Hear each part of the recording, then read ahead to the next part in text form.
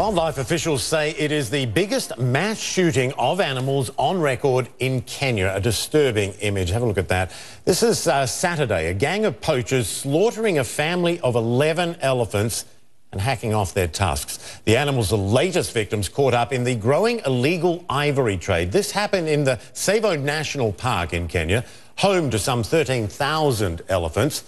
CNN special correspondent Philippe Cousteau joins us now from Los Angeles. You know, Philippe, I don't know about you, a lot of people might have thought, wasn't the whole ivory thing done for? I mean, the poachers were caught, they stopped the trade, it's illegal, but no.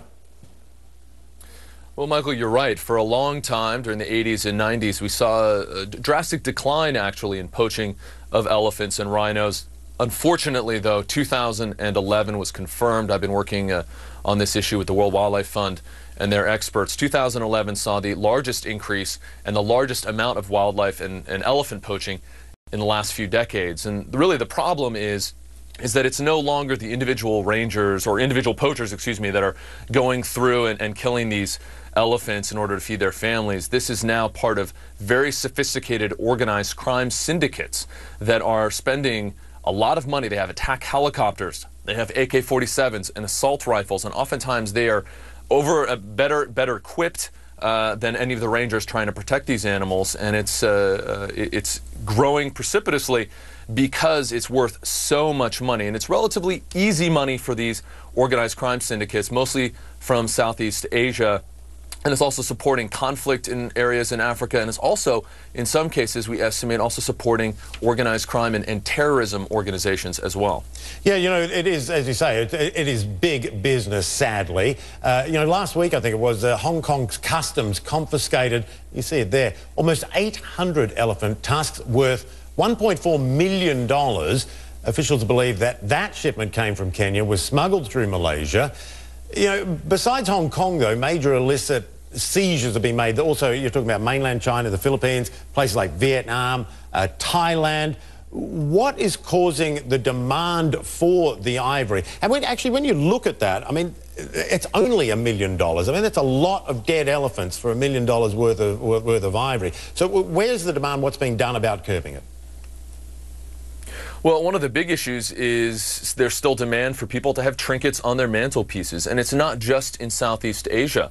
Many people will probably be surprised to learn that last July in New York City, $2 million worth of ivory was confiscated in one of the largest busts in U.S. history out of 2 antique stores in Manhattan. So it's really an issue of demand. It's a cultural thing then too. What's being done to sort of change that? Well, it's a cultural thing in Southeast Asia. It's also a demand issue for people buying what they think are antiques here in the United States. There is a lot of efforts on the supply side of increased enforcement, and that's the good news, is that organizations are waking up to the importance of this issue, but also trying to do education. World Wildlife Fund and others are doing a lot of education programs to say, buyer beware.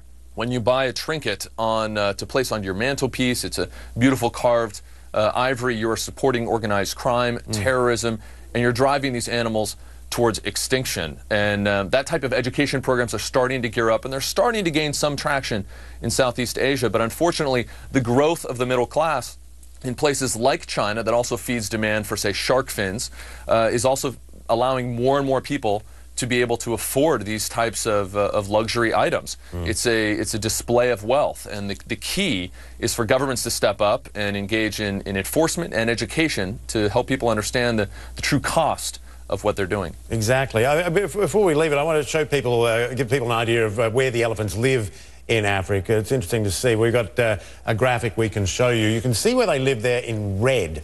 And as you know, the elephant population in a lot of those places is shrinking. With the rate of poaching going back up again, which just, again, seems to me incredible, is it conceivable it could wipe out certain populations altogether?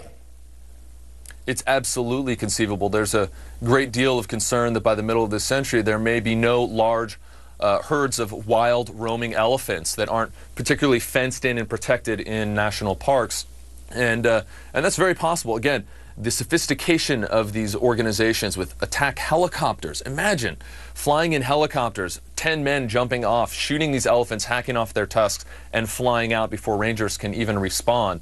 The sophistication is incredible. It's worth, hundreds of millions, if not billions of dollars every year. So we have to step up our game if we're going to allow a future of elephants for our children and for the future of this planet, which I think is certainly something that is a laudable goal. Yeah, indeed, yeah, absolutely. And unfortunately, they're hard to catch too, these guys, a lot of times because of the vastness of the area. Very, very difficult. The rangers are outgunned and outmanned, and it's very hard, but we can do better, and we should do better. Well, good to get the word out there. Always good to see you, Philippe. Philippe Cousteau there. Thanks, Michael. Always a pleasure.